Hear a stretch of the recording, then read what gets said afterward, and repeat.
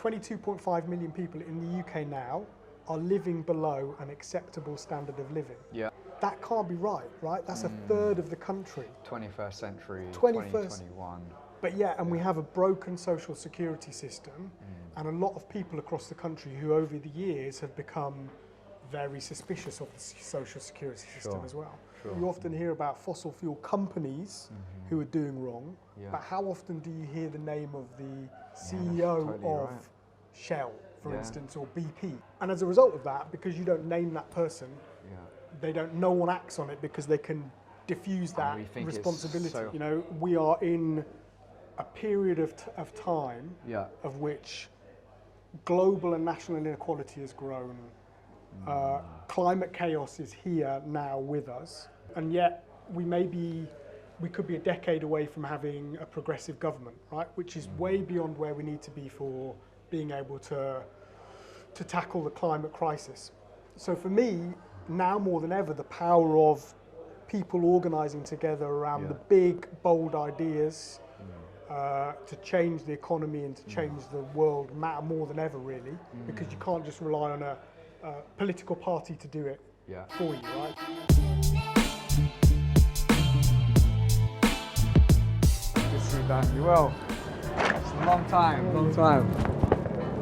See you. Yeah, good to see you too, man. Keeping It's well? been years, huh? Yeah, long time. Just have this great food. I heard they got the best, world's best falafel with it. That is the rumour. Yeah. Really great to have you on the School of Social Justice video podcast.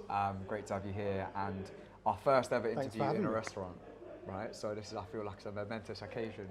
It will either be the first of many or the first and last ever video podcast episode, but I'm really glad to have you here talking about how we can make the world a better place and how we can help people train to kind of make a difference. So I'm really glad to hear, particularly given that we've known each other for, well, how long is it now? Over a decade? Yeah, I mean, I think it's at least 10 years. So I think it was 2011 when we first met at Citizens UK.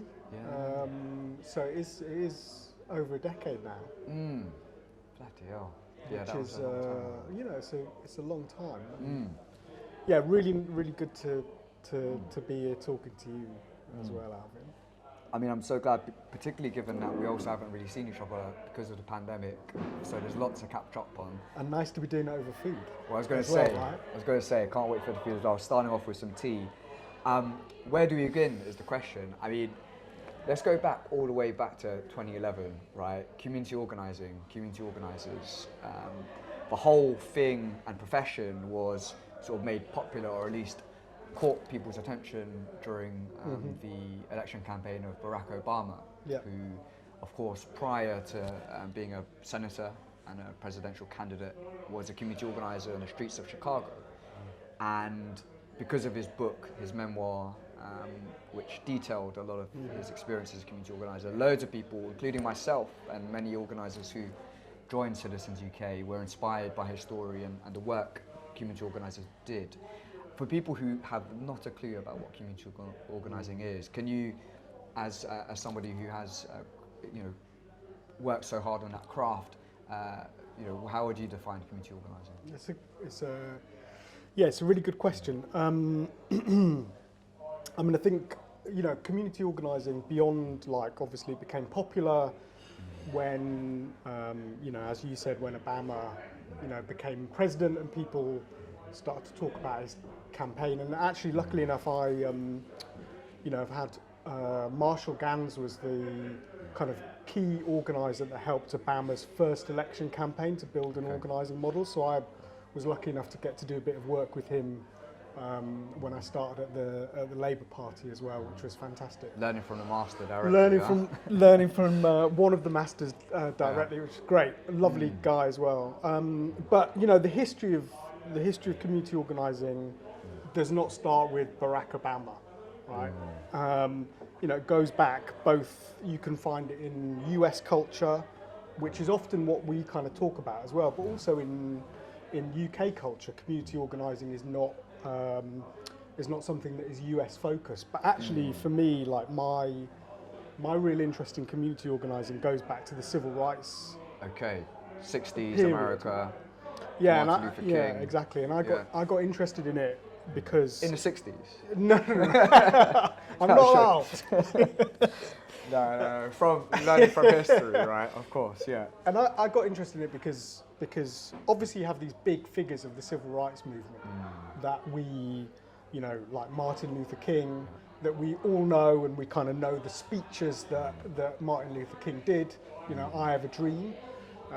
But actually, when you look at the history of the civil rights movement, and you look at the work that went on in the Deep South to take on, you know, Jim Crow and deep segregation and the racism that existed there, there was a really like thriving community organising model that was building the leaders. And so you're asking about one of the fundamental things about community organising. I mean, what is it like? Put simply, I mean, the term community organising, for someone who has not a clue, how would you describe it in a sentence? I'd say simply it's about, you know, working with people around the injustices that they face, whether that's low wages or bad housing conditions, to actually come together, to build power together, to campaign for the change that they need. Okay. And that's the fundamental thing of it. And that can happen in any community, and it can happen at a local level. Yeah. You know, and I'm sure we'll come on to talk about some of the kind of community organising campaigns that we've built. Yeah. But or at a national level, you know, and that's obviously something that I've done at the Labour Party as well. Yeah. But I think one of the fundamental things that is different from just campaigning to community organising is community organising, if it is done properly, is about people. So it's about finding people in the community who feel and understand the injustices around them and want to act on those things to make things better for themselves and for other people as well. Got it. I mean, let's talk about those things. So, people, local, power, change. I mean, do you have examples, like a narrative, an example of which for you really encapsulates the power of community organising? Yeah, so because as I said, you've been involved in so many campaigns. Which one stands out?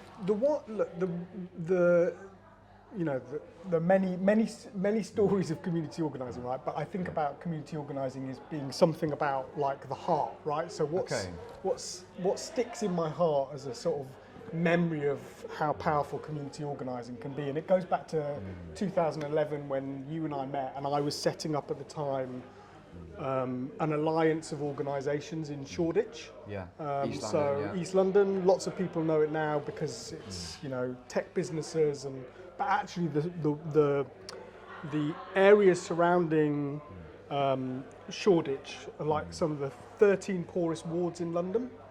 Children living below, you know, 30-40% of kids living below the poverty line. Wow. 70% at least at the time of people living in social housing.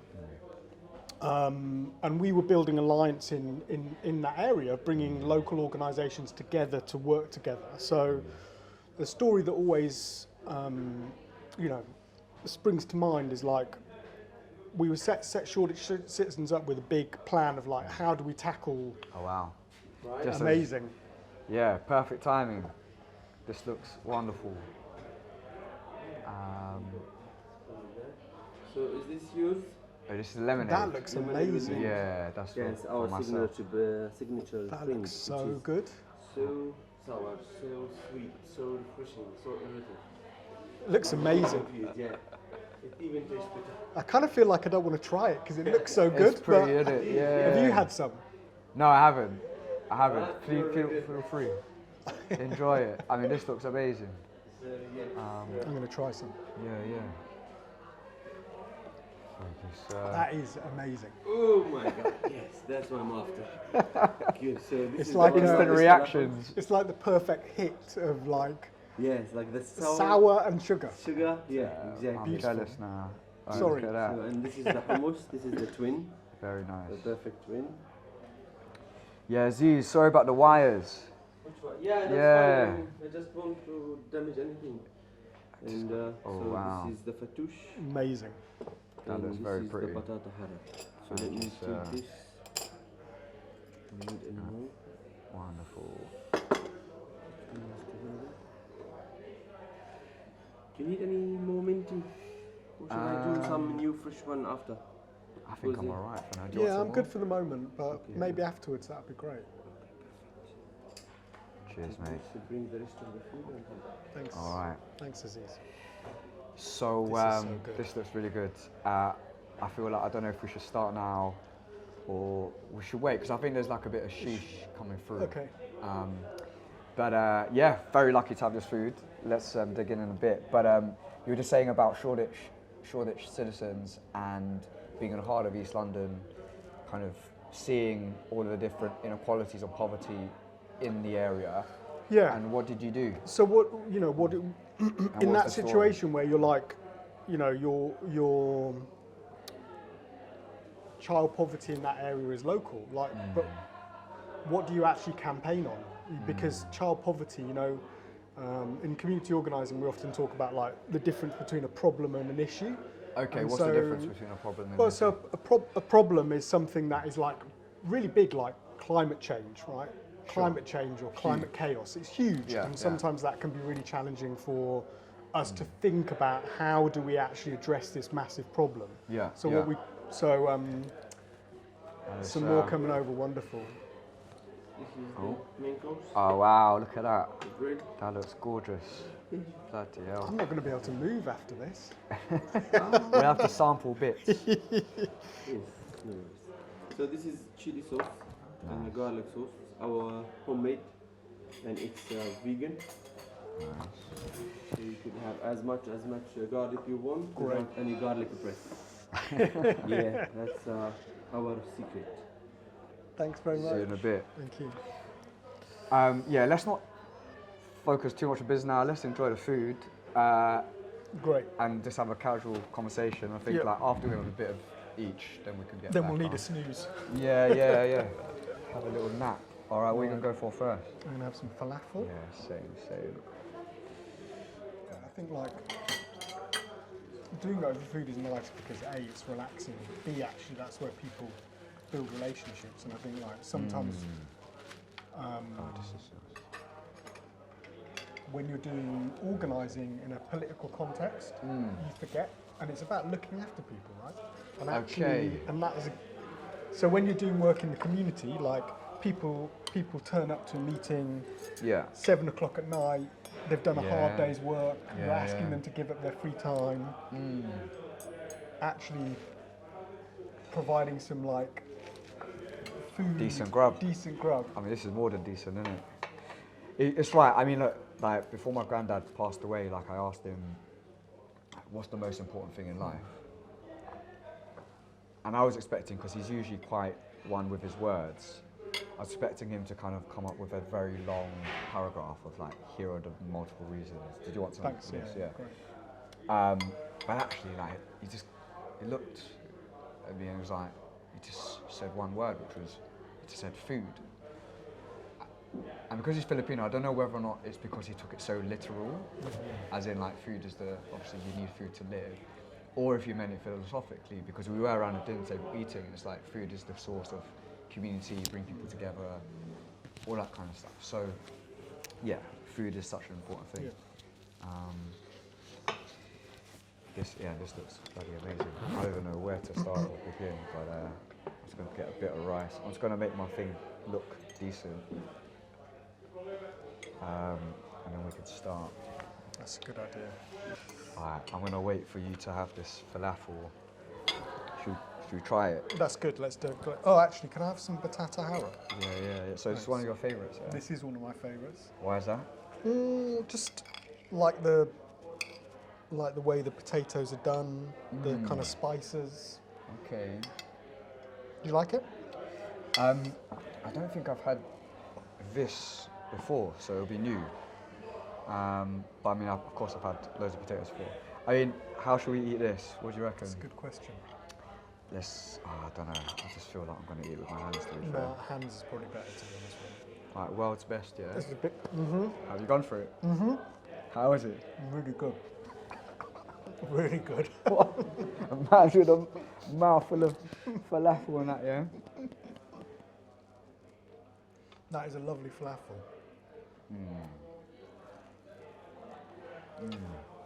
What do you think?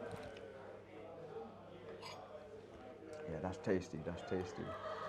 So, community organising originates from a very long time ago from the writings of Saul Alinsky, but many people even say the tactics that Jesus and other historic figures and religious figures they've used to create movements.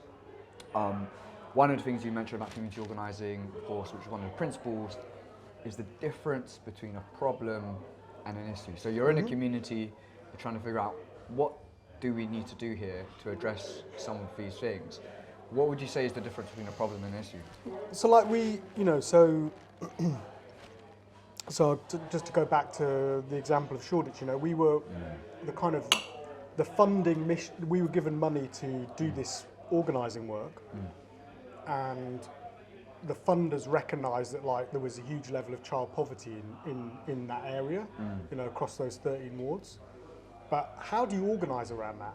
Yeah. How do you organise around just saying poverty? What do you focus your energy on, right? And how do you get people to organise around poverty? Well, because that's the thing. One of the things is people are angry about certain problems. Where do you start? And so, what do you do as an organiser? So, I mean, we cut issues from that bigger problem of child poverty in the area, and we did a lot of work. So we brought together an alliance of about 30 organisations from across the area. Real mixed diversity of organisations ranging from local primary schools to churches to local Kurdish organisations to sixth form colleges. So it's really, really diverse in terms of the people that were involved. Yeah. And we ran this what you call a listening campaign, which is basically getting people to listen and talk to people within their community about the big issues that are impacting on their lives. So sort of how we're having this conversation now, people talking about what's happening. Exactly. Yeah? So either doing it like us, having one-to-ones, or you might have a table full of people having a conversation about what are the big issues that are affecting you. Okay. So we started to do this work particularly with local primary schools. Okay. And what came out very strongly from the parents across the primary schools locally was that their kids were sick.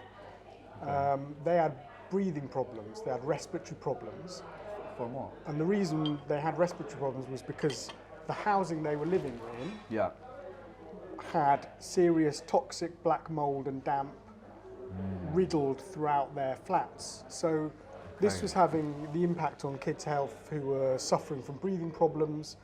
It was also meaning that kids were missing days off school. So when we're talking about how does inequality grow, how does kids missing days off school because they're sick is another thing. And teachers were telling us that this is a real issue for them. So and you discovered this through the listening campaign and having these conversations, and this very specific issue came up. Okay. So talking to parents, getting parents to talk to other parents in the playground, getting parents to do door knocking on the housing estates where lots of the kids from the school came, and that's how we came to the issue that actually damp housing was a serious issue for lots of kids and families in the local area. So poverty, inequality, conversation. This is a very specific thing that's happening, and why do you need to go from large and big kind of problems to very specific? Because you need to find things that are tangible, things that are winnable. So you want to be able to. If I said, right, I'm coming into organising Shoreditch and we're going to end child poverty, right? Yeah, it's a big claim. It's a big claim. It's a big ask on people who maybe have never seen themselves as being political before, and you're asking people who've from working class backgrounds who have never seen themselves necessarily as being political to act on something that matters, right? And if you go in and say, right, we're going to get rid of child poverty, they've heard it a lot from people before, right? Politicians, people coming in, politicians say it, and it often falls on deaf ears or things don't get done. So the thing about cutting an issue is you're thinking about things like, is it deeply felt in the community? So we went out, we talked to people, we listened to people. We found out that damp was a really big problem for lots of local families. Is it winnable? So we asked ourselves, with the people that we were working with, the parents that we were working with, you know, can we win this campaign? What was the campaign? To get rid of the mould or to get funding? Or? Yeah, so we got very specific about it. So basically we identified that we were working at the time with 3 primary schools in the local area. Okay. We identified the tower blocks that were closest to those schools that had lots of the children from those schools so lots of the children who went to those schools living in those tower blocks, right? And so what we started to do is we started to basically identify what we wanted done. So we identified, first of all, we did what's called a power analysis. So we looked What's at a power analysis? who has the power to change this? Who do we need to get to change this situation? So we identified that. How did you do that? Like, you know, there's a lot of people out there. There's a lot of assumptions of who holds power. Some people blame certain people and organisations. I mean, what is the practical? So if for example, somebody's watching now and they're like, I'm really angry about poverty. As you said, one of the first steps is really understanding what the problem is, but also the specific issues, and you find that out by literally speaking to people, listening to people. Then the next step is the power analysis. So how does one do a power analysis? Well, so in this scenario, what came back, and we asked these questions with people as well, is like, who, you know, and this came out in the listening campaign. Okay. People kept coming back and saying, we've got problems with damp, we write letters to the housing provider, which at the time was Hackney Homes, and they are not acting on the things that we're telling about in terms of damp. So through them telling us who the person with the power was, we were able to go, well, actually what we know is we know that actually it's the housing provider that owns owns the housing, right? So from there we worked with them on saying, well, who are the people actually that have responsibility for housing in this borough? Got it. So we were able to look at like, who's the councillor who has chief responsibility for housing in this borough? And then we were able to say, okay, so we've got the councillor, we know where the political power lies, right? Who's the person who has overall responsibility in the council to decide how budgets are spent? So it's the lead councillor, So but follow also the money. Follow the money. Exactly, follow the money. Who's the chief As executive? all gangster films say, right? Like exactly, follow the money. And so, you know, how did that play out? We decided to we were gonna win this campaign. Okay. And we were launching Shoreditch Citizens. So we invited. Were you there actually? Were you at the launch? I think so. Yeah. I mean, so I'm acting like I don't know these things, but of course I need to. For our lovely viewers, you know, really tease out the story here. But the launch was quite a real big event with meaning. For loads of people in the room. Yeah, so we were, you know, it was the launch of this alliance to end poverty in the area. We had 500 people in the room from, you know, it was a lot of people in that room's first experience of acting politically. Okay. And so what we said to the parents who we were working on this housing campaign is like, look, if this is really important to you and you know that this needs to get fixed, then when we do our launch of this campaign, we want you to get on stage in front of 500 people, right? Tell everyone in the room why damp housing matters to you and why it's ruining your life, the life of your children in the community, but also make a demand of the politician who has responsibility for this. So we had this planned into our agenda. So we invited the lead politician and the chief executive to the assembly. And some people think this is cruel, but basically what we did is we used, which is another organising tactic as well. So we used the commitments of Hackney Homes on the screen to say we are going to provide great housing for every resident. That was it. Everyone has a right to good housing, right? And we juxtaposed it with images of damp, you know, proper black. When I say damp, I don't just mean like little spores of black. I mean proper black mold, dangerous stuff that was impacting on people's health. So we got the parents up on stage. The politicians didn't turn up. Oh, they didn't turn up. We invited them 3 times, and they didn't turn up to be accountable. So one of the mums that we've been working with at the school, Turkish mum called Aksu. Okay. You know, and why I say people are so important to this. She's a good example of someone who'd never seen herself as political before getting involved in this campaign. Sure. And she stood up on stage and gave testimony about the impact, a story about why it was impacting on her children and children of other kids in the school, and then acknowledged that the housing provider hadn't turned up. So said, if they won't come to us, we're going to go to them. Wow. And so the following Tuesday, we organised an inquiry into damp housing conditions outside the office of the council. And we organised about 100 residents from the blocks and the primary schools, you may remember this, to turn up with, we put desks out the front, to turn up with complaint letters about their housing conditions. And as a result of that action, we took the media down there to make sure that it was publicised. And as a result of that action, the following week we got a meeting with the council to sort this out. But just to sort of finish off, you asked me how specific did you get? So we got really specific. So we trained everyone in the room to be able to negotiate effectively. All the community leaders. All the people. Some of whom had never even gone to a public event before. Never done a public event before, never done a negotiation before. So we prepped them beforehand with skills in like negotiation.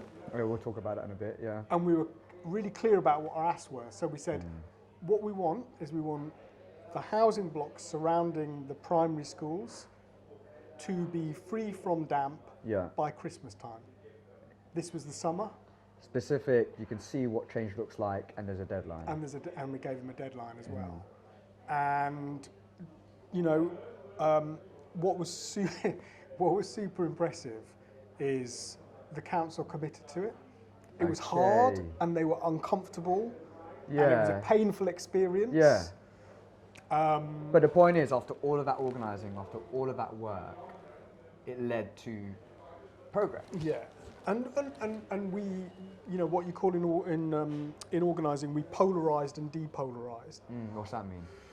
So basically, we made the chief executive of the Housing Association the person who was responsible for making this change happen.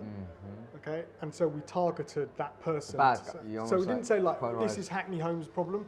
We said, this is this specific person who needs to address this issue. Call out, like name them. We name the person, and I think this is something that campaigns often don't do effectively. They name a corporation, a brand, but they don't name an individual with actually the responsibility to make that decision. I mean, that's a very good specific kind of tactic and tip, is to say, sure, there are these big problems, but there is always somebody who has the power to change it. Exactly. And if you know that, you actually have to name them and be very clear about who has the power and put the pressure on them. So whether it's a local campaign, a national campaign, or an international campaign, like climate change, like climate chaos we're going through at the moment, you often hear about fossil fuel companies who are doing wrong, but how often do you hear the name of the CEO of Shell, for instance, or BP? I don't even know who the CEO of BP is. And as a result of that, because you don't name that person, no one acts on it because they can diffuse that responsibility. It's so hard because but then once you name the person, this is another human being who's making these decisions. Totally. So so just to add to that, which I think is coming another human being. So actually in this negotiation, we got the CEO to tell her story, also about why housing mattered to her and why she was in the job that she was in. And she actually told us in that meeting with the other parents who were talking about their housing issues that actually she herself had been homeless. And that enabled a connection to be built between people. And we then depolarised by inviting her to come and visit the blocks of flats. And at every block of flats that she came to, so that she didn't feel like we were being hostile, we met her with like Turkish delight and tea. Nice.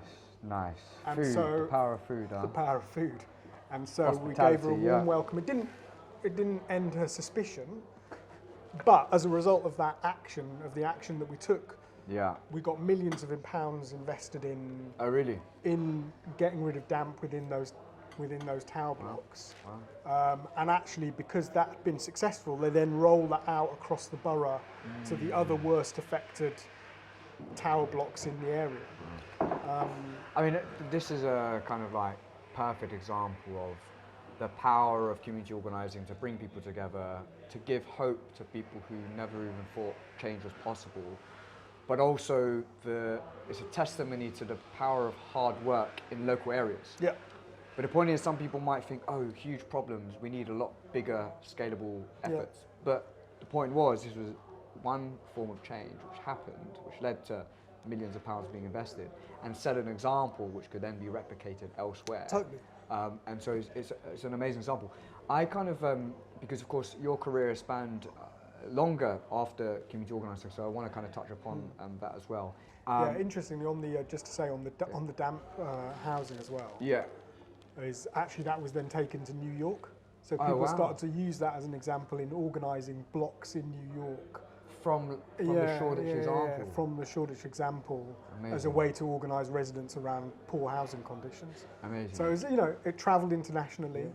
And one hope of the school is to share these stories. Yeah. So that somebody in New York or someone in New Delhi or someone in Newham, could follow suit and get some inspiration. So Exactly. appreciate sharing that story. There are two things actually I really want to touch upon a bit more, and it was the idea of power, but also the idea of getting involved politically.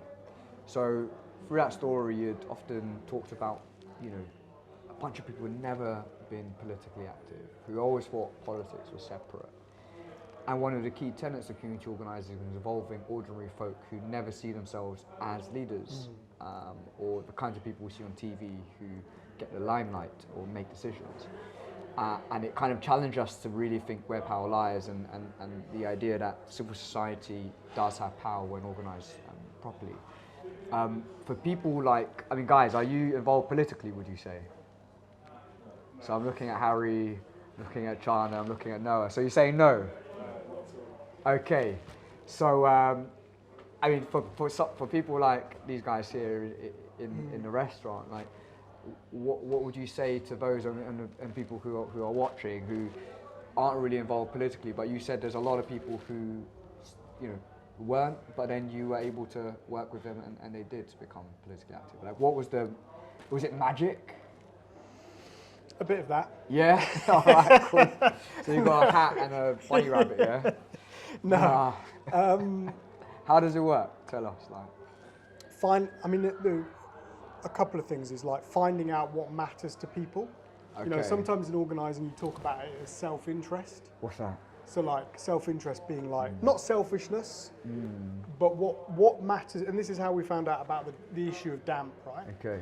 But you could use this for any issue I don't know, guys, thinking about the cost of living of, renting places, right? Rent is exorbitant, you're paying landlords lots of money, and you're not getting a great deal, right? So why not organise around getting a rent cap so that you don't have to pay a certain amount of, over the market rate for living in a really small flat. So, if you can find the things that matter to people. Yeah. And then you find others that those matter to as well. Okay. And that's how you organise around that. And yeah. the big thing for me is that's the exciting bit of organising, right? The opportunity to as an organiser, your real role, right, is to find people, particularly people who may not see themselves as political, and find out what matters to them politically. Whether that's damp housing or getting a good job that pays you decent money, or getting an opportunity to get your foot in the door into a film company. Or fighting for a living wage. There are endless issues that people care about. So the role of an organiser is to find what those people Yeah. and find those issues, and then equip those people with the skills to be able to actually campaign on those issues themselves. It's not about you campaigning. Like, you play a role as an organiser, which is an important role, but your role should be to help to build a team, to help to develop people's political leadership skills, to help people like navigate out what's the difference between me feeling strongly about climate change and me actually being able to build a campaign that can bring other people into it as well. Yeah. I mean, like, let's go into that. So, you know, obviously there's a bunch of people who might not have a clue about what techniques or skills or kind of things they need to learn about. Now, of course, there are 2-day and 5-day community organising trainings. You know, community organising is a craft which takes years, if not decades, to develop and finesse. But to kind of, as a starting point, what would you say are the key things that somebody who aspires to be a community organiser, or what makes a good community organiser? What are the traits, and kind of, in your experience, what have you seen are necessary to be a good community organiser? So, like, a key thing, you know, you invited me here for food, right? Yeah. And you know, it's very nice. Very good. You know, a key skill for any organiser is not to, you know, to get out from behind your computer or your laptop, for sure, and to talk to people and listen to people and want to spend time with people, right? Because that's how you build your organising. It's with people that you're meeting. And so there are some, you know, skills that help to do that. And one of those is obviously like doing what we'd call as organisers one-to-one. So what we're doing now, basically, finding out what are the things that matter to you, who you are, what motivates you to act, and then working together to try and build something. I mean, I think one thing that really stood out for me as an organiser, and in terms of something which is so simple, is asking the question why. Yeah. And we often, you know, as a kid, you're like, you know, you ask your parents, like, oh, what's that about? And then they give you an answer, and then you're like, why? And then they give you an answer, and you're like, why? Obviously, you know, it's going to go out to someone and say why, but the question why really points to what's the kind of the inner driver of a lot of reasons why people do things.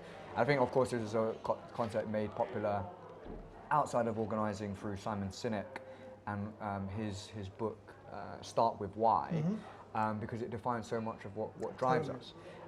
Okay, so conversations, what other things? And what, I mean, for example, in the 2 to 5 day trainings in community organising, there are specific things you teach about, right? So like power, money, negotiation. I mean, what other things are key? I think a big thing is like, well, there are two things that are really important to be able to do. One is identify people. Like, you know, coming back to this issue of why, you've got to be able to find people. You've got to be inquisitive, right? To find people that are motivated to act on stuff, right? So you're looking for people that are sick of just droning on about the same problem the whole time and actually want to get up and do something about it. Yeah. You're looking for, you know, people who have that hunger, that fire in their belly to want to make that change happen. That is a really big part of an organiser's role. You're not necessarily looking for people who just want to complain about a problem but not act on it. So that's a really big thing. But then the thing is, people, you can't do things individually, right? Yeah. So, like, you know, one of the things that I've really focused on in our organising work is the importance of building teams. Okay. Like, how do you build a team? How important building teams is to actually successful, whether you're talking about organisations or organising or building campaigns. The critical thing of having people with diverse skills, having clear roles for what they're actually going to be doing as well, and a commitment to work together on achieving this, you know, this win that they want to get. Yeah. I mean, it's so important because no change is possible doing it alone. Exactly. and building teams is very important, and the principles still remain the same in terms of like finding out what people's self-interests are, but also the harmony within a team and trying things out, right? Like, I mean, even now, like, we're just trying things out with this whole crew here and seeing if this kind of form of teaching can help people in a different kind of way. Let's fast forward to sort of what happened after your time at Citizens UK. So you're somebody who's gone from building kind of alliances and organisations locally, and then doing campaigns which support a lot of local communities. Of course, you did something similar with Small Axe and doing a bunch of different campaigns there, and things around technology and working with tech companies to address unemployment in Silicon Roundabout in your Old Street. I'd love to talk a bit more about kind of also politics. So after that work, you also then became a director of community organising at the Labour Party, which is, of course, the opposition party now in this country, in the United Kingdom.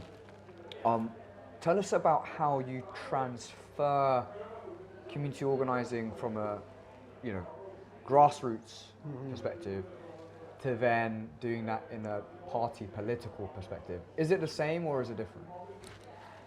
So I'm going to give you a practical example, right? Go on. So I think there are differences. Political party is a different thing to civil society, but ultimately, as you said, I worked for the Labour Party setting up their community organising unit across the country.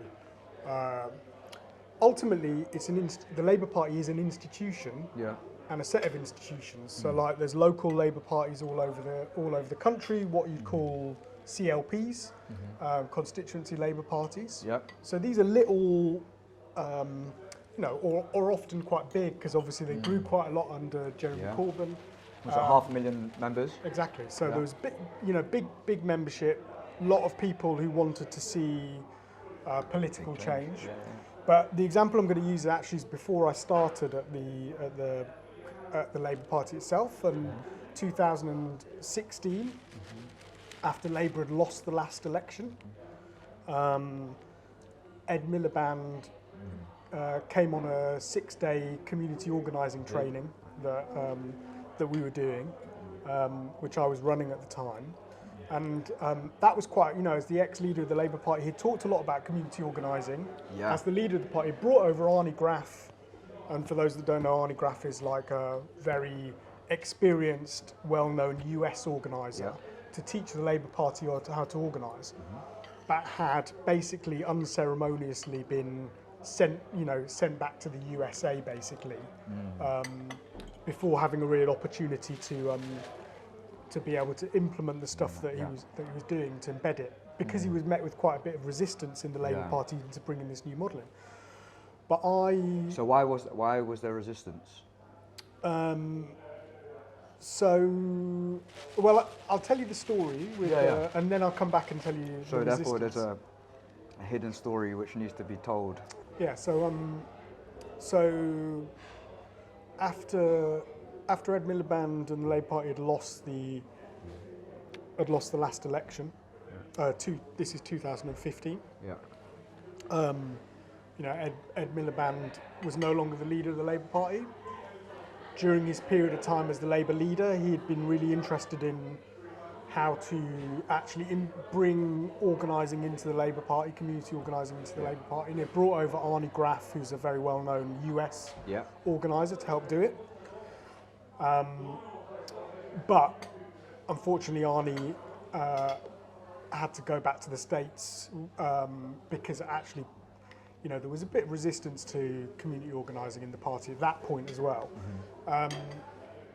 But what happened is I spent a week with Ed Miliband training him in community organising. And one of the things that he was really interested in is like, how do I actually implement this in my local party? Because, Jeremy Corbyn had just become leader of the party. There were people in the local party, and that had been a growth of membership. This is in Doncaster. This is in Doncaster North, There were people in the local party who were not supporters of Jeremy Corbyn, and Ed Miliband really wanted to see whether he could use community organising as a way of actually, we talk about how it brings people together to take action. So myself and someone else as well, Sotes Chowdhury. Your partner in crime. Partner in crime. Partner in change. We we spent a number of weeks like going up with Ed Miliband to his local party in Doncaster North to see if we could help him to actually organise his local party to make a difference to the lives of people locally. And so we did what I talked about earlier. We ran a listening campaign with local members who went out, spoke to residents in the constituency, which in and of itself was really interesting because lots of the members had, they had stalls on a high street, like often political parties do, but they hadn't necessarily engaged people in an active conversation about like, what are the issues that matter to you and how can we work together to do something about it? And what came back from this, was that a lot of the local people felt that they were being ripped off by a company called Bright House, which is a bit like the loan companies. I can't remember what they're called now, but the ones that Stella Creasy. Yeah, the high interest, really high interest loan companies. Well, basically, Bright House is a company that would position itself in poor communities, basically, right? Okay. Purposely position itself in poor communities. And it would basically sell you goods like a fridge or a mobile phone on huge interest rates. What are you talking about, like thousands? Yeah, you're talking way over 100, way over 100%. And people were getting themselves into really serious financial difficulties. Okay. And so we decided that we were going to take action on it. So we did a local action, very local, getting local people to shift from Bright House to a local credit union, so that they were getting things from a local credit union cooperative type thing on much less interest rates. So we did a local action, but we also did a documentary for Victoria Derbyshire. Well, Ed did a documentary for Victoria Derbyshire, which brought the issue up to a national level. And in that interview, he did interviews with people who were being ripped off by Bright House in Doncaster. Real stories, real people. Real stories of the impact that's having. That had such an impact that the chief executive of the Financial Conduct Authority, who is now Andrew Bailey, who is now the governor of the Bank of England, went to Doncaster to hear some of these stories himself. Wow. And as a result of that action, Bright House had to pay out over 15 million pounds to ripped off customers. Wow. And a cap on interest rates was put in place. Yeah. And as a result of that, Bright House is now no longer in existence. Wow. So really nice example about how like a local political party can have a really big impact, both in terms of reaching into the wider community, building trust, but then actually having a national impact on a big issue that matters. So we tried to take that model into the Labour Party as part of the unit when I went in there and did a lot of work with people campaigning around housing conditions and better wages, and even football fans. We worked with Newcastle United football supporters when they did their boycott on St James's Park because of Mike Ashley's treatment of fans, but also, and some people say, well, how is that political? And you're like, well, he doesn't pay a living wage to his staff, and he's treating fans in a really disrespectful way as well. And so, we were able to help. The Labour Party was able to help and advise on what kind of action to take. I mean, for me, this is again another example of how community organising in any institution, just the principles, relationship building, figuring out who has the power, personalising. But also, I think one of the big kind of themes is bringing people in power who are often in their own, well, always, we're all in our own bubbles, but powerful people in their own bubble, listening to the same people, talking to the same people, talking about issues and the folk who they want to save, but not actually being on the ground with real folk. And I think one of the powerful things about community organising is we bring these so-called powerful people to real places for them to speak with real people, but also for those folk to, hold them to account, right? To actually hold their feet to fire. And I think that was one of the most kind of when I remember becoming community organiser back in 2010, and one of the things that really stood out was the fact that we saw citizens, you know, it could be our auntie or uncle, somebody with no title, no necessarily formal education, holding someone as powerful as a senior politician to account and being equals. Yep. And I think that's one thing that Citizens UK and community organising in general teaches, which is to say, you can be from the streets or speak in a certain way or not have the best education or whatever, and people might see you as incapable of creating change, but actually as community organisers, we're like, well, no, you are a citizen of this country, and you're a citizen with responsibilities and rights, and you can't hold someone as powerful as the Prime Minister to account because you're representing the people. And I think that's something which I think we shouldn't forget. Totally, and I think, you know, as well as that, you've also got trade unions who are doing it, and some of the new trade unions, you know, like the IWGB, are doing exactly like that. Work. You know, putting low-paid workers in negotiating with those that hold power and getting victories, and you know, the role of the unions is really critical as well, particularly in a time where actually low wages and, you know, 0-hour contracts are so prominent as well. There's a lot of food left, and I guess I don't know if you're hungry, but we'll wrap up in a bit. Before we wrap up, it would be great to know if there's anything else you want to share with people. I mean, think of this as this is your masterclass, right? Like, this is something where what you say can hopefully reach a whole bunch of people.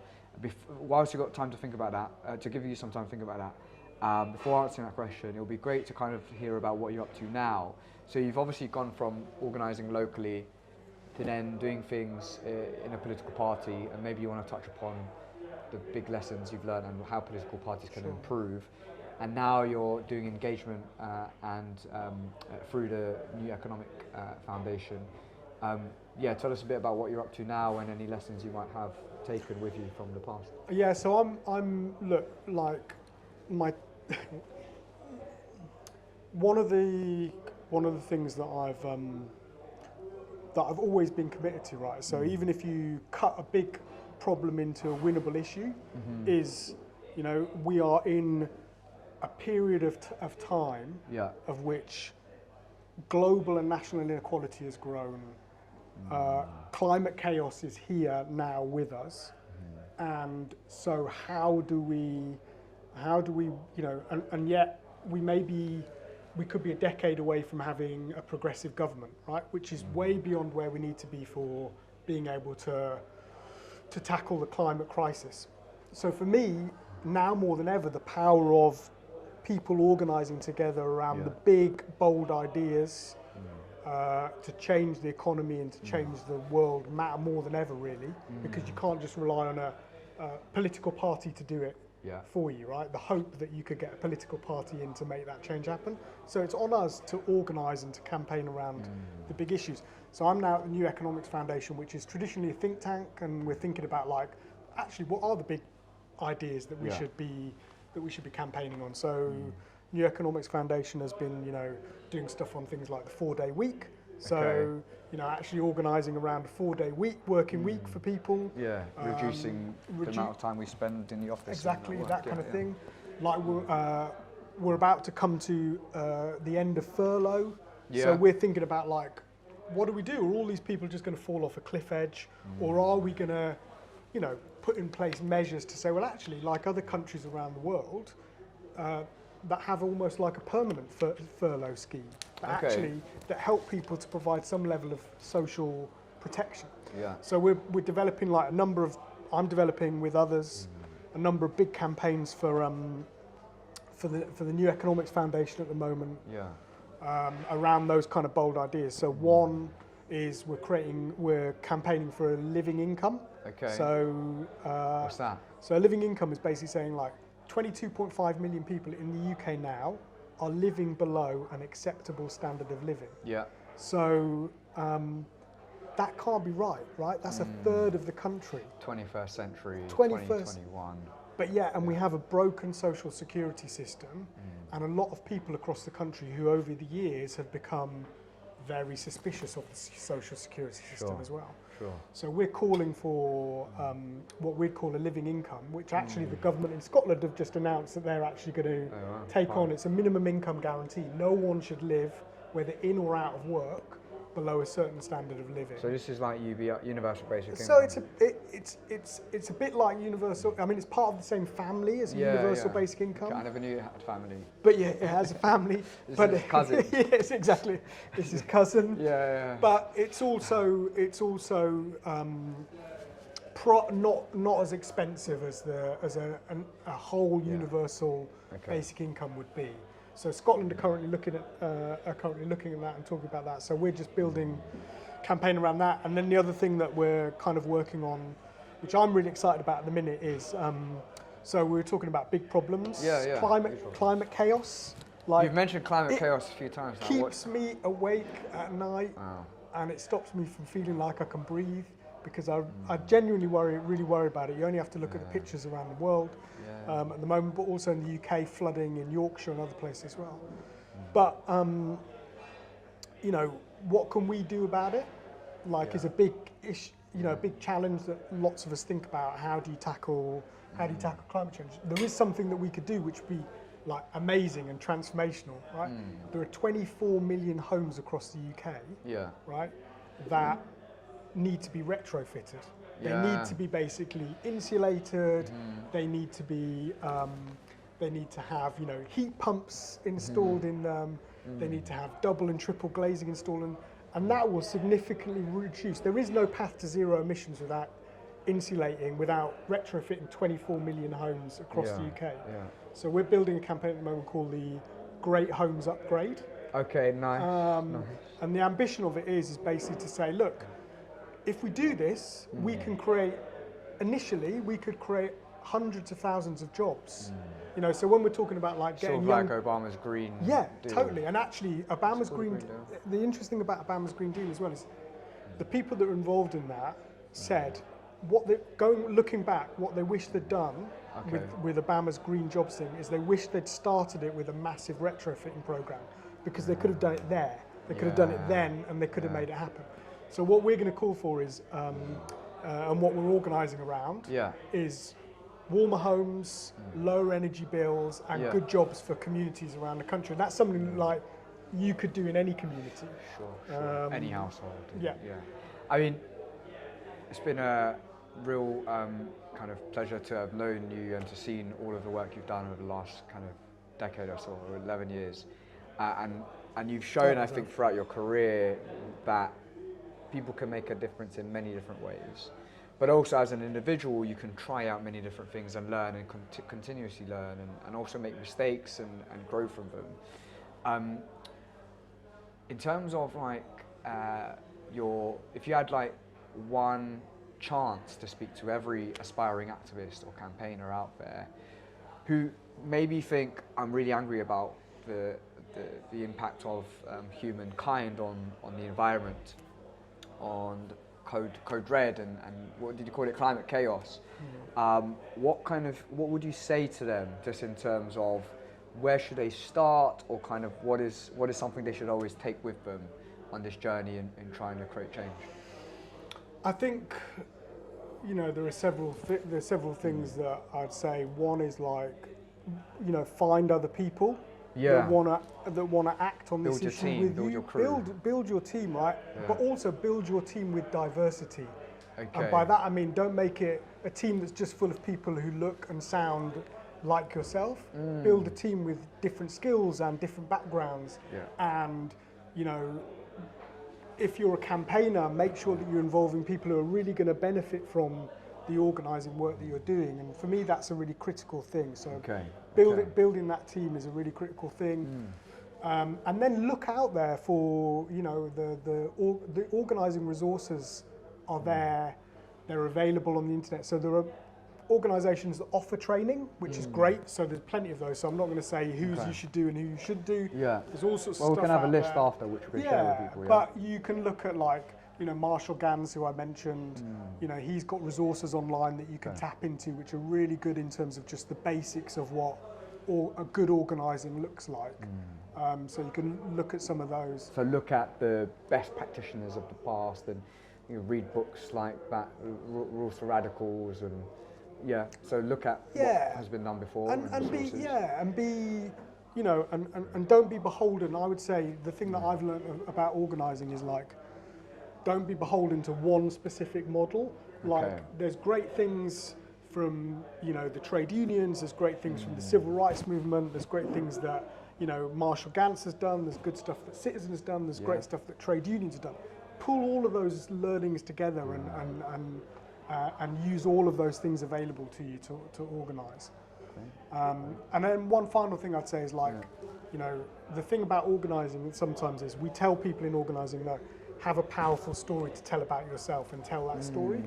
But sometimes the thing we need to think about in the age of like the need for global change on issues like climate chaos and inequality is also we need to be good storytellers of our overall narrative.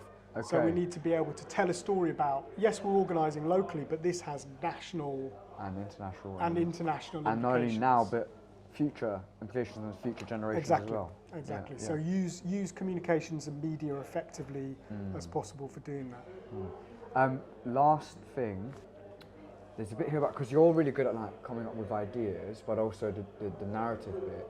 Is there anything around narrative and storytelling or media which you want to share in terms of like, here's how you do it? You know, like, so if you want to get press attention, like, here's how we do it. Do you have an example of that? Or like, how do you come up with ideas at NEF, for example? You know, because the four-day work week, this idea of a living income, where do these ideas come from? So I guess there's two bits there. I mean, the second one is a good question. Like, how do you, because like, do we just come up with policies ourselves, or do we create policies with other people? And I think it's a combination of those. You know, policy should be built with people, but also you can take bold ideas and build support for them. So like, I'm quite excited, like the 4-day week, I think. A year ago, I'd have been quite cynical about it, of being like, actually, could this catch on? And now I'm like, actually, we should really organise around this, because actually it's something that people could get excited about. Yeah, for sure. Cool. All right. And then on the comms front, I think just being, I would say the big thing is not about necessarily, it's about the story you tell, right? So thinking about... How does one tell a good story? Well, the key thing is self us now, right? What's that? Self us now. Self us now. So with all good political stories, you should basically, you know, and you see it in Obama's speeches, you see it in, it's a story of self. So who am I? Why am I called to act on this issue? Yeah. Right. Self. Yeah. Us. Why are you, Alvin? Why are you and me? Yeah. Why are you and me? Why do we care and want to act on this together? Okay. Right? What's going to bring us together? And then now is, what's the urgency of now? And you've heard me talk about that. Climate chaos, you know, crisis of inequality, like, it's on us now. So your urgency of now is a really critical thing in which you communicate to be able to bring people together around. I mean, that's such a simple way of looking at things. And actually now I think of some of the best speeches I've seen, I've read, some of the best stories I've heard. It makes sense. Self, us, now. Your story, why you're involved, why you care. Us, what is the common piece here? And then now, what's the urgency? Why do we act? And I think that's a beautiful way of thinking about how we tell our story and narratives for any range of issues. So thanks for sharing that. I feel like that's probably going to be like a 2-minute clip on YouTube. But do you have any final ones like that? No, not that I can think of. All right, cool. We've talked a lot now. I feel this was very helpful. So obviously, if this was a live show, I'd be like, oh, Dan, many thanks for coming here. Please give a round of applause to our guests or what kind of stuff. But yeah, you don't need to do that. Cool. Thanks for that, Dan. That was really cool. That was fun to do. I did notice though, like, we got proper tired after a bit. I know. Because of the food, innit? Like, you get a bit of food coma. Yeah, you've got to be careful on that front, I think. Thank you so much to all of you who have become monthly supporters of the School of Social Justice. Your monthly contributions make a huge difference and allow us to deliver content which is educational and teaches people how to make a difference. If you want to become a patron as well, it's really simple. All you got to do is go to schoolofsocialjustice.com website, then click supporters, and choose how much you want to contribute, whether it be £20 a month, a £5 a month, or a £10 a month. Let's go with a £10 a month. It's really simple. Put in your details, put in your card number, click pay now, and you become a supporter. Whilst £5 a month is not much individually, it makes a huge difference collectively. And if we get 2,000 patrons, we can independently deliver content to you every single week to help ensure that we fulfill this mission of training the next generation of Martin Luther Kings. Thank you so much to all of you who've become patrons so far. You've made a huge difference and allowed us to continue with our work. And if you do become a patron, thank you so much. Your support means a lot. Take care. Bye.